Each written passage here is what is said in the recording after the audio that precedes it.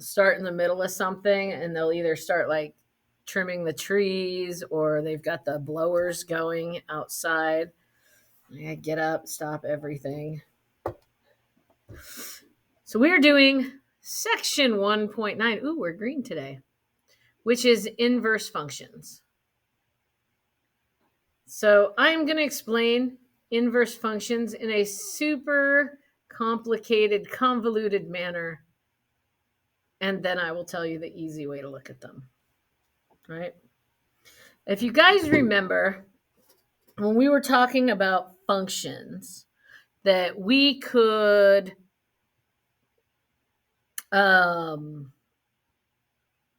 represent functions by like sets of ordered pairs, right? We could represent a function. We could have a set that was A. We'll make it equal to, say, 1, 2, 3, 4. And then we could have a set that was B that was equal to, that looked like 13, it's B. That was equal to like 5, 6, 7, 8. And then we could map them to each other, right? Like we could have written them like we had them in ovals for a while there, right? Or we'd have like 1, 2, 3, 4. And then we'd have another set that was like 5, 6, 7, 8. And then we could map them to each other. And as long as the stuff from set A to set B, anything in set A had to match something in set B, but it could only match one thing. Remember that vaguely? I'm going to assume you're all nodding yes. I'm just going to nod yes, and it'll make your pictures bob up and down in front of my eyes, and it'll look like you guys are nodding yes. See how easy it is to make myself feel like you guys are totally getting it? So what we're saying is that those can be like mapped, right? So if I have, say, a function that's like f of x equals x plus 4, right? And I have set A to set B. Well, 1 goes to 5, right? Like if I plugged in 1 for x, I would get 5 out. If I plugged in 2 for x, I would get 6 out. If I plugged in 3 for x, I would get 7 out. If I plugged in 4 for x, I would get 8 out, right? So the set of ordered pairs that would represent that would be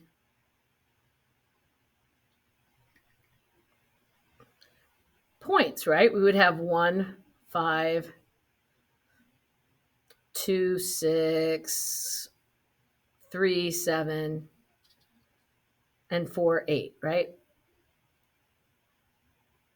Based on what we put in for A, it would map over to B. These would all be true ordered pairs, right? You would have an X value, right, if we were mapping them, and you would have a Y value. Correct? You guys all see that? The inverse of a function, so if I was going to do the inverse,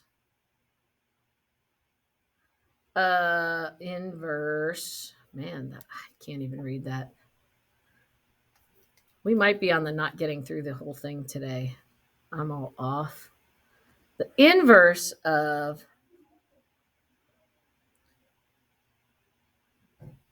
f of x would be what we call f to the negative 1. This negative 1 up here just means the inverse of f, right? Don't think of it as a power. Don't think of it as anything like that. We're saying the inverse of f of x is f negative 1 of x, right? It just means f inverse of x. What that would equal is if this is f of x, the inverse, your x and y's would flip.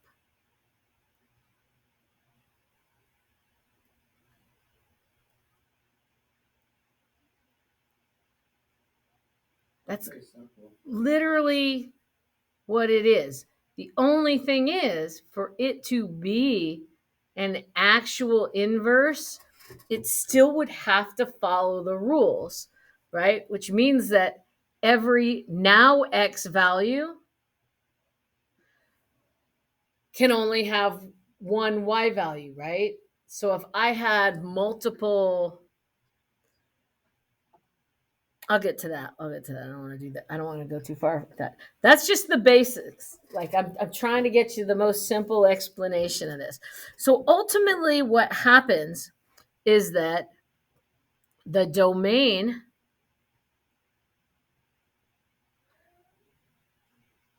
of f of x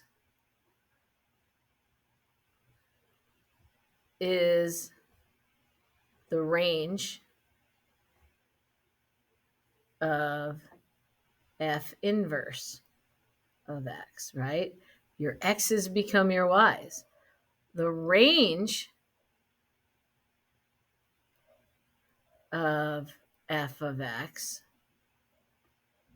is the domain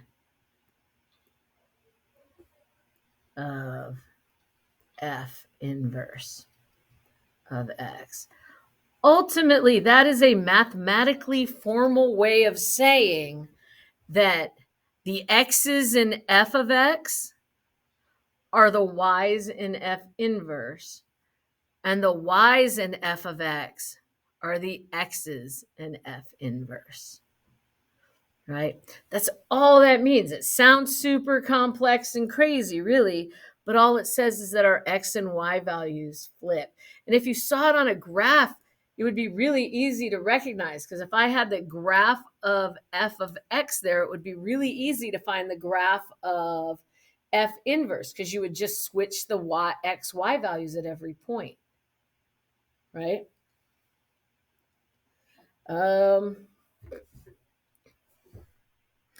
Ultimately, it's like finding the inverse is like an undoing of what's being done to the original function.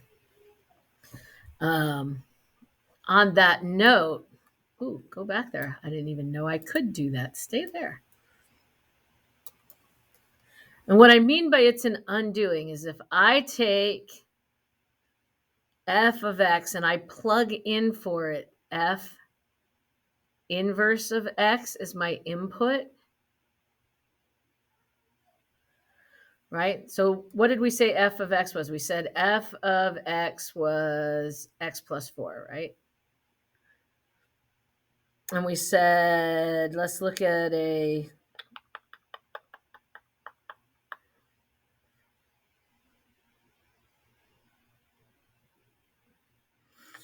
inverse. Its inverse would be x minus 4, right? Because if f of x is x plus 4, its inverse would be x minus 4. Why? Because it undoes. Right now, what's happening to x? We're adding 4 to it. To undo it, we subtract 4. So we're saying now that if we plug f inverse into f, we should get back x. What does that mean? It means we're going to compose the function, right? We're going to plug whatever inverse is into f of x. F of x is x plus 4. So where the x is there, we'll go x minus 4, because that's what f inverse is, plus 4. And if we get back an x, it's an inverse. If it works both ways, it is 1-to-1. And so literally this gives us back x, right? X plus 4 minus 4 is just x. We can do that the other way as well. We could go f inverse of f of x means that we're going to take whatever f of x is and plug it into x right there. Does that make sense? When we were composing the functions, we were plugging g into f. This is the same thing. This means that wherever x is right here, we're going to put in x plus 4. And then we'll finish it off with a minus 4. And if we get x back, we verified that they are inverses of each other. Well, x plus 4 minus 4 is just x, right? Because 4 minus 4 is x. So That's kind of an informal way of understanding inverse functions, right? The inverse of a function kind of undoes the function when we plug them into each other. Not all functions have an inverse. That's a good piece of information to have. So let's talk about finding inverses, informally finding.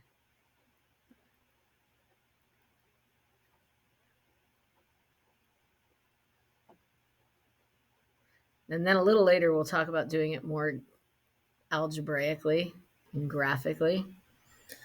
If we want to find the inverse of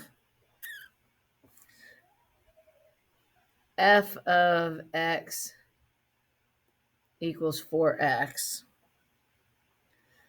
and then we want to verify it.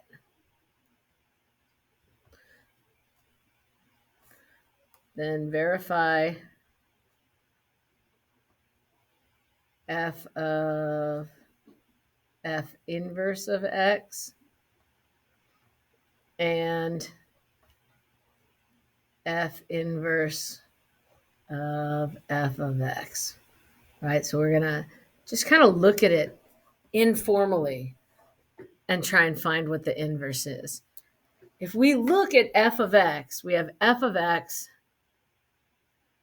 equals 4x. Ultimately, what we're saying is, well, what is happening to x right now? Why is x not just x? Well, what we're doing to it is multiplying it by 4, right? So if we did the opposite of multiplying x by 4, that would kind of be informally finding the inverse. So the inverse would be kind of the undoing of that. If I multiply something by 4 and I want to get that 4 off of it to make it x, what would I do to it? Divide. Yeah, I do the opposite of multiply, which is divide. What would I divide by? 4. Yeah. So if you think about this, the inverse of 4x is x divided by 4. Right? Now, this is informal. This isn't the algebraic way of doing it, which is fine.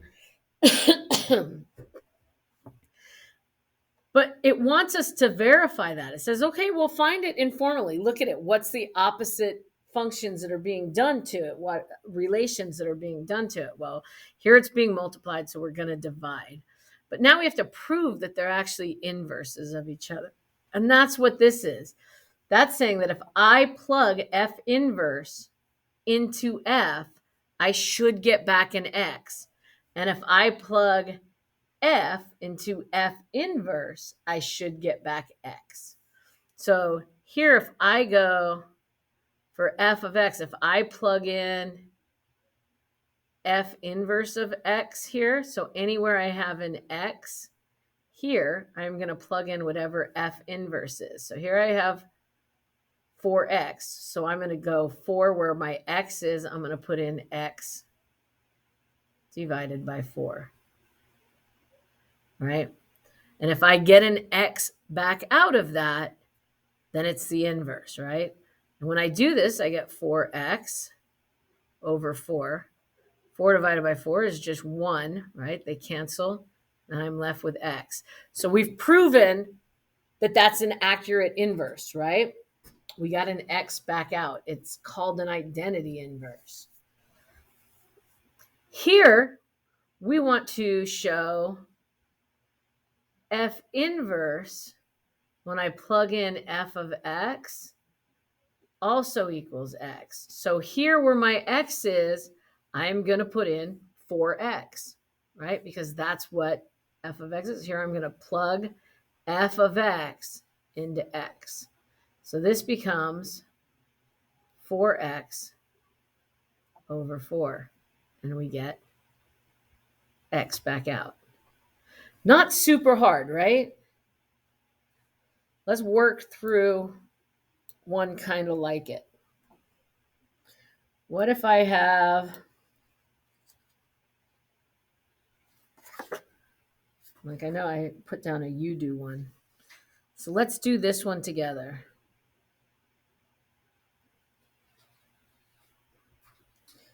What if we want to find the inverse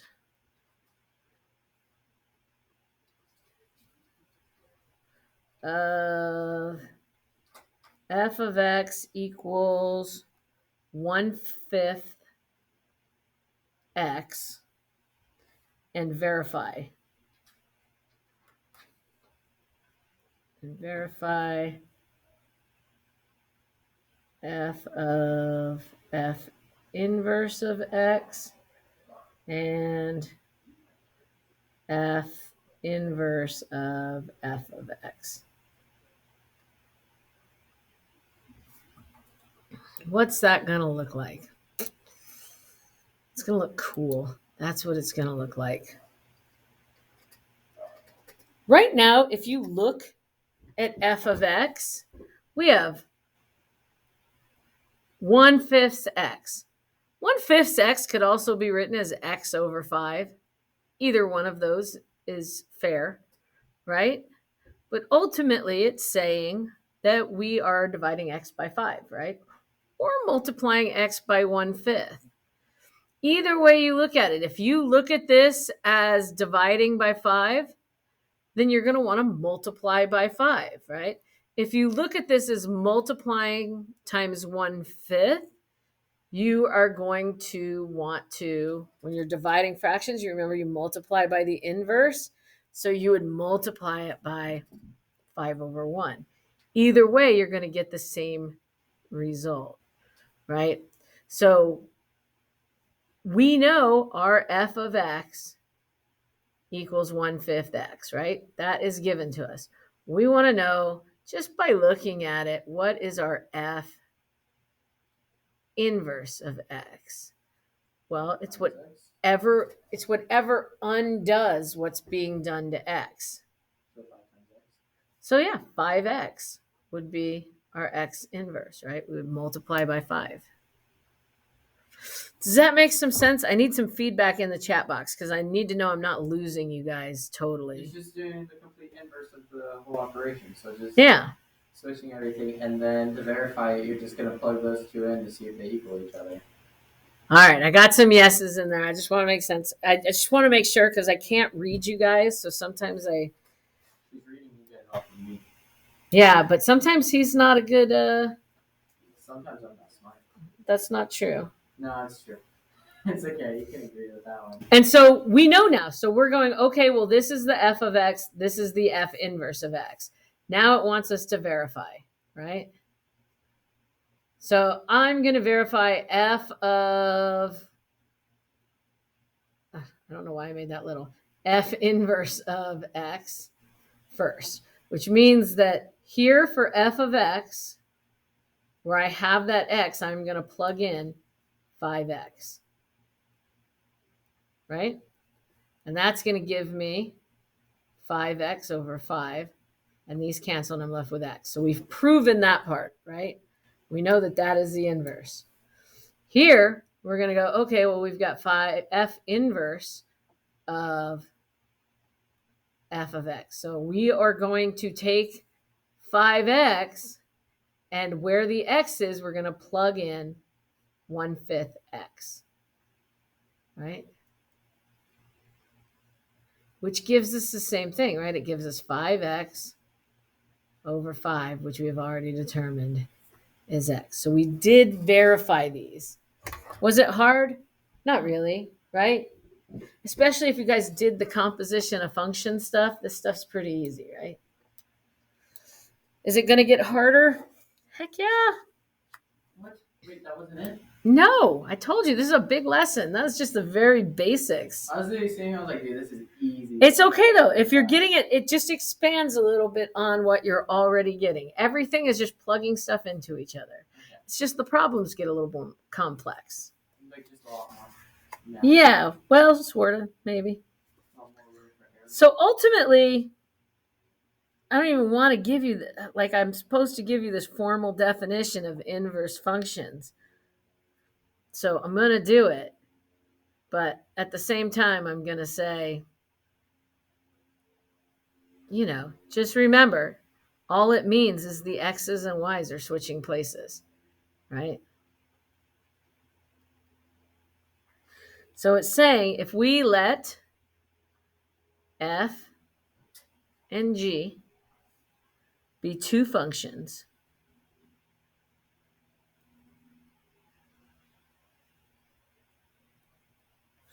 such that, it's formal because we're using such that. Mathematically speaking, this line right here means such that. We can't use that for right now.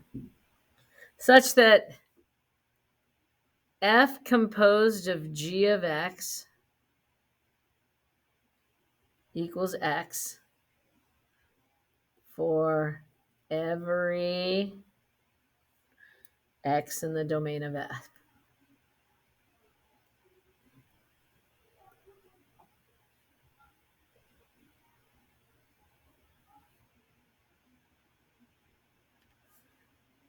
And vice versa, right? G of X, G of F of X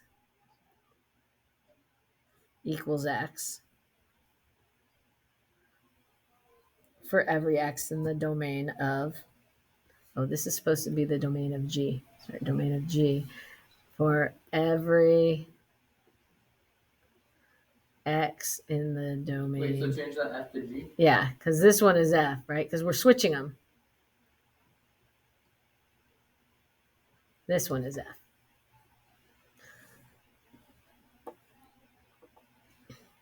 If this is true,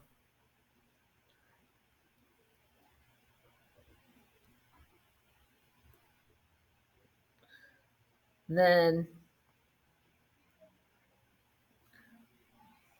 G of X equals F inverse of X, right? It's the inverse. And F of X equals G inverse of X, right? They're inverses of each other if this is true. That's pretty elaborate, right? That's a lot. Yeah, super righty. A lot of letters in there with not really any numbers, right? Except for those little negative ones that mean inverse. But ultimately, all it's saying is that if I plug G into F and I get X out, then G is the inverse of X. If I plug F into G and I get X out, then F is the inverse of G. It doesn't always work both ways, right? Sometimes I can find the inverse of one and it's not the inverse of the other. So they wouldn't be considered one to one, which we'll get into in a little bit. But for the most part, all we're saying is if you get X out, they're inverses, right? If we compose them together, if we do composition of those functions, we get X out, they're like identity functions. They're inverse functions of each other.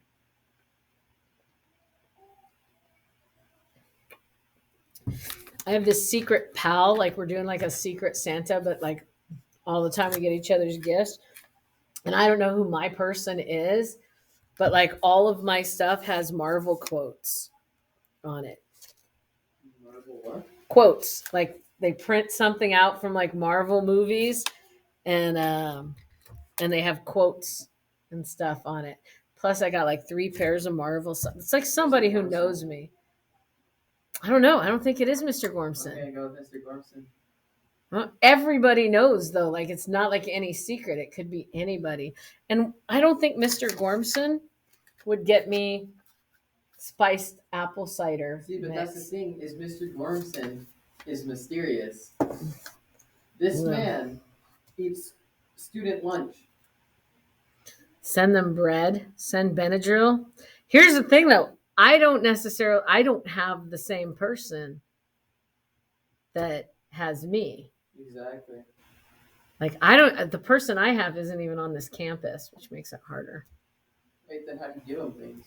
Well, every other Wednesday, people from the other campuses come here, and if not, Wait, what someone will campus are take they it on? over to the other campuses. Huh? What campus are they on? A lot of teachers here, our school's not big enough for all the teachers we had to take in this year. So there's teachers who work here, but they're working out of other campuses like Rancho Viejo and Talkwitz and stuff. Not me though, because this is my room. No one's taking my room. This is my That was a tangent, and it was all caught on video. Someone's going to be like watching through this video later, and they're going to be like, oh my God, shut up. That's what's going to happen. So verifying inverse functions. That is the next part we're talking about. Verifying inverse functions. We might not get much further than this today because it's already 12:54, and I'm still on the first card, which is fine. It just means you won't have homework today, right? Your homework Wait, will really? wait. Yeah, your homework will just have to wait. It's Okay, just how it goes that gives sometimes. me more time to finish the homework you gave to me. Yeah, it's all good. It's all good. I'm not a huge deadline person. So let's look at this. If I give you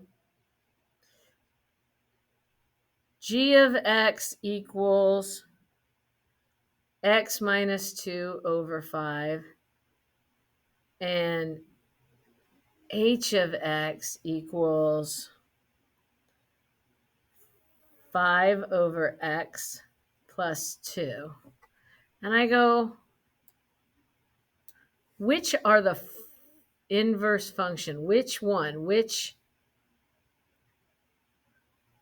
above function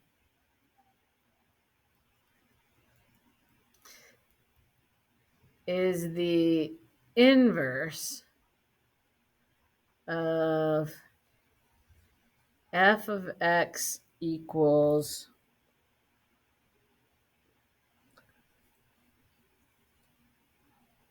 5 over x minus 2. Well, the only way to know is to plug those puppies in. Well, pretty soon it won't be the only way to know because I'll teach you how to find the inverse of a function, period. But for right now, the only way we can know is to plug them in and see if we get x out, right? So the first one I'm going to do is I'm going to do f of g of x. I'm going to take what my g of x is and I'm going to plug it in where I have an x in my f of x. So here where my x is, I'm going to put in x minus 2. I hate it when it does that. I mean, sometimes I love it when it does that. Over 5, right? And then I'm going to go minus 2 because there's a minus 2 there, right? This is just where the x is. And I'm going to do the math on this and see if I get x out, right? So let's look at this. How do I do this? This is crazy, right? That's a lot. It's not so bad. Well, if I look at this in terms of here, I have a minus 2, but these just have different denominators, right? This one doesn't have a denominator. I could rewrite this as 5 over x minus 2 over 5. Infuriating when you're like in the middle of something and that happens. What? Over 5, where it automatically does something. Minus, well, if I want 2 to have the denominator of 5, I have to multiply 2 times 5 and I get 10 fifths, right? 10 divided by 5 is 2. Totally works, right? So let's look at that. Here I have So 5. You just multiplied 5 on top to the 2? I haven't even touched that. I'm just getting, yeah, Oh, because you're I'm just getting making- common denominators. so That's you're all I'm just doing. multiplying it by 5 to get the common denominator. Yeah. Okay. That makes And sense. so now I've got x minus 2 minus 10, right? So minus 2 minus 10 would give me x minus 12 over 5, right? well, now I got a fraction on top of a fraction, and you guys get all panicky when that happens. But all we have to do to solve that is multiply by the reciprocal, right? Technically, 5 is 5 over 1, right? I am going to take this fraction right here. I'm going to flip it over.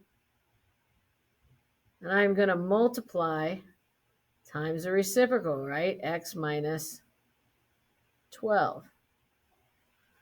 5 times 5 is 25. X minus 12 times 1 is just x minus 12.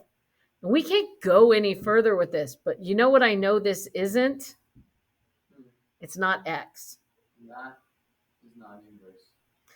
They are not inverses of each other. So there it is. Right? But now we need to verify again. We need to see. You need to verify that's not inverse? Well, we know that's not an inverse, but we need to try h. We need to try f of h of x. Right? So where we have f, right, which is 5 over x minus 2, where my x is, I'm going to put in 5 over x plus 2, and then minus 2, right? Wait, why h? Because we have to check both to see if they're inverses, right? We had g of x. We're asking which one. Oh, because that was Which above function is an inverse, right? We proved that g of x does not work, right? We need to see if h of x works.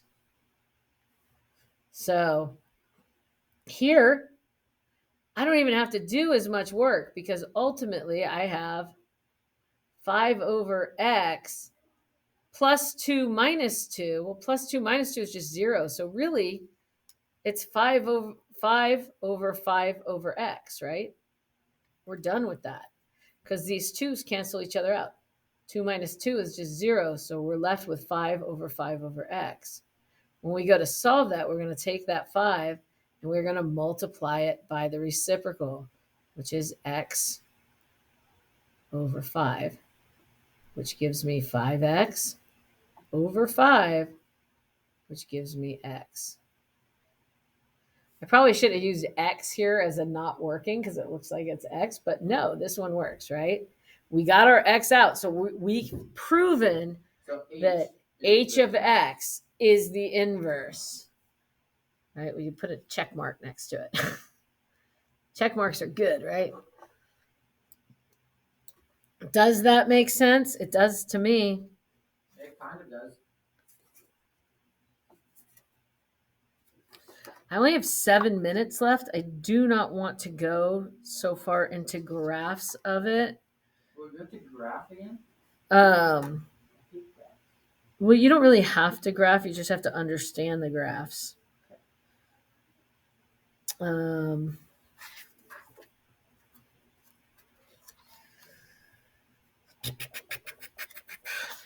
Because that's my next thing is to go into the graphs. And I just don't think I could do it before this class lets out. I don't think I have enough time. So I'm going to do that. I'm going to ask questions. I want a question. Someone's got to give me a question. I'm going to stop the